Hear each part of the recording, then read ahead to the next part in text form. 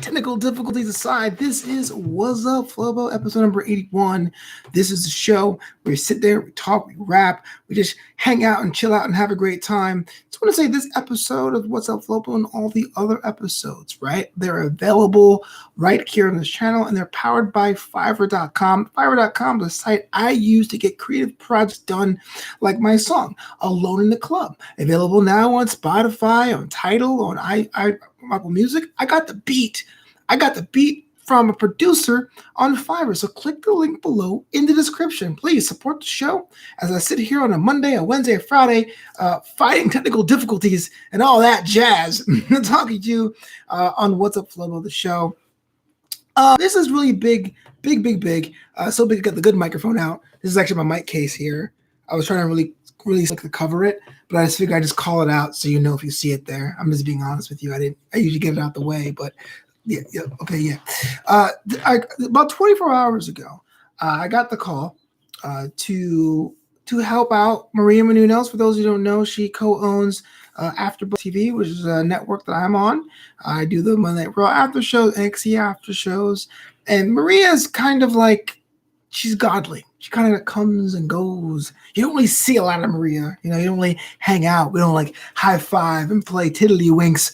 But I got the call. She was interviewing the former NXT champion and one of the most decorated professional wrestlers on the planet, gender aside, in Charlotte Flair, and asked if I wanted to be a host of it. And I said, nah. No, I jumped at the chance because there's a lot of talk about Charlotte Flair. And you don't have to be a professional wrestling fan to understand. She is like LeBron James in her own right. This is someone that is good and has been great for so long at her level. People start to hate her for being good. The Tom Brady complex. Serena Williams, I can't believe this athlete's so good for so long. Something ain't right. So I had an opportunity to sit there and talk with Charlotte Flair. And I'm sat there and I go, what am I going to ask her? And I had a document of so many questions I had saved. I mean, I'm looking at them there. I'm asking about her training regimen, what gets her in the game, what gets her in the match, favorite food, how does she stretch out, what's her favorite body hack to get like lean for WrestleMania, the greatest moments, road trip stories with her dad, and I'm ready to go. And two big things happened that kind of changed the course of what that interview was. And I'll put the show link in the notes so you can see how it actually turns out. Because I thought it was pretty well. I liked my time there. But two things happened that kind of like made things a little shift. So this is the second time I actually did a show with Maria. Our show is called Better Together. It's available on most podcasts and YouTube and Patreon as well. And as a host of color, even though I know we're kind of in the thick of the rising Black Lives Matter movement 2020, because Black Lives Matter existed before then, but now we're having this movement. Maria did ask me questions about my perspective, which I was willing to see it coming, just being a person of color and someone is asking me, hey, what's going on? But I didn't expect to be asked those questions. So you imagine me going backstage going, all right, man, I got all these Charlotte Flair questions. And, oh, you're asking about me and how I feel. Well, that's dang decent of you, Maria Menounos. Dude, mind if I do? And like I said before on that show and with my friends and on an episode of Wrestling with Your Questions, even though it's not my responsibility to be an educator here, if a person who's not familiar with the movement asks us a question, then I'm willing to help out. That's the kind of person I am. Just to show you my perspective, I'm only one person. The second thing that was interesting was, even though I had all these wrestling questions, Maria had a breakthrough with Charlotte Flair, the queen, about her aspirations, Charlotte's aspirations, being in her mid-30s and being a woman, like about marriage and kids and branching out outside of the main wrestling core product. And it was really cool. It was really cool to see the character of Charlotte Flair on TV be so different than Ashley Flair, the woman that portrays Charlotte. And I suggest everyone go out and check that interview. But I'm sitting there backstage going, oh my goodness, all of my wrestling questions are moot. How can I ask someone their favorite match if they talked about whether or not they feel they have value outside of the ring? I gotta think fast, bro. Think fast. And I think I did pretty well, but we got to ask her about whether or not she considers herself a role model. And one of my favorite questions of the interview was asking what people get wrong about Charlotte Flair. My mom does not watch professional wrestling. It's kind of funny. I laugh at this, but in the days of yore, wrestling to her got way too violent when the man, the savage by the name of Ken Patera, showed up and started hitting people in their faces. And so she's never been a fan of wrestling ever since. She says it's too violent. That period of time, my dad and I bonded over wrestling. She would watch over from a distance and go, "Can't believe you're watching that stuff." But she knew who Ric Flair was.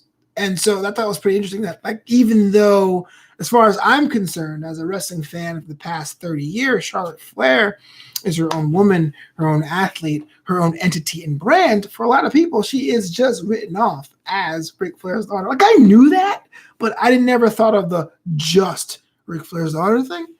So it was kind of interesting to see Charlotte try to struggle with that as somebody in her mid-30s and a performer and what that means. But it really did hit home that wrestling does reach a core audience, an enthusiastic audience, and outside of that, a casual audience.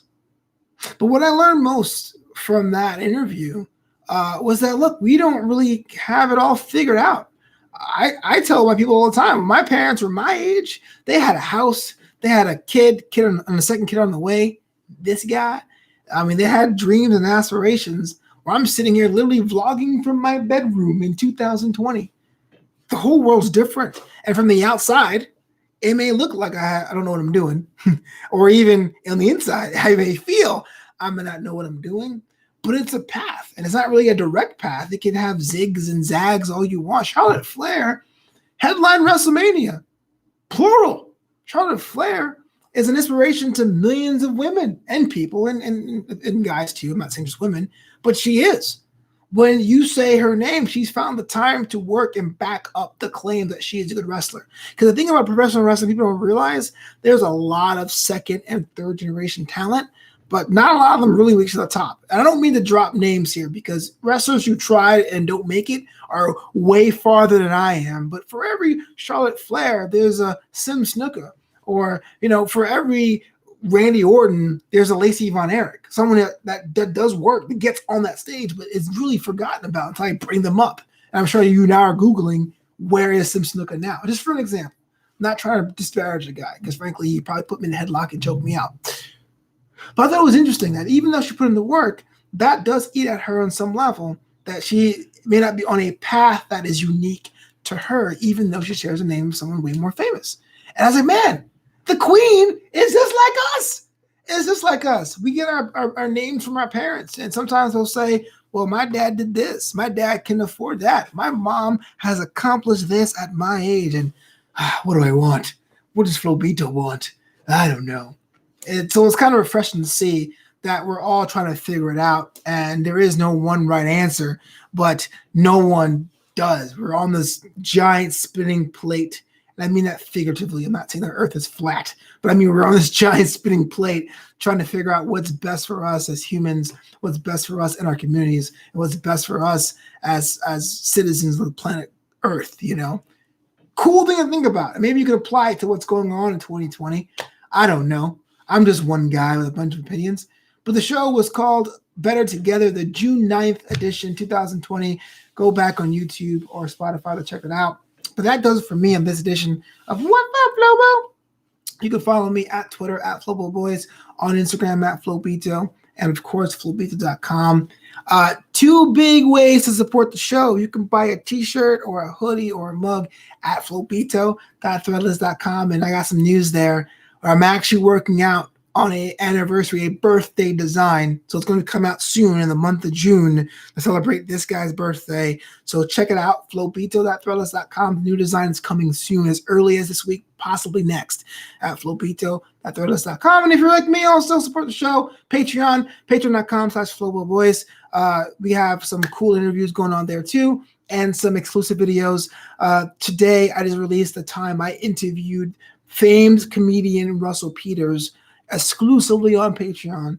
Check that out, patreon.com/FloboBoys. But until next time, please peace out and be yourself.